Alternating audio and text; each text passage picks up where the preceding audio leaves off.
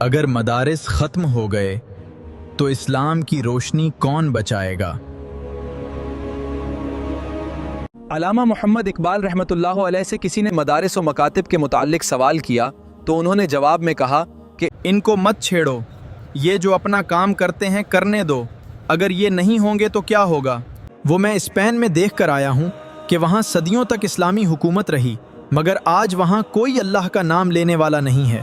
حقیقت تو یہ ہے کہ مسلمانوں کے اندر دین کی بقا کا یہی ایک طریقہ ہے، اسی لیے ہمارے اکابر نے جہاں بڑے مدارس قائم کیے وہاں مکاتب کا بھی ایک جال قریہ قریہ اور محلہ محلہ بچھایا، تاکہ اس کے ذریعے سے بچے اسلام کے ضروری مسائل اور بنیادی امور سے واقف ہوں، اور اللہ تعالیٰ کا ان سے جو مطالبہ ہے وہ اس مطالعے کو پورا کریں۔ اسپین کی تاریخ ہمارے لیے عبرت ہے۔ جب تعلیم گاہیں ختم ہوئیں تو 800 سال کی اسلامی حکومت کے بعد بھی نسل نو دین سے خالی ہو گئی۔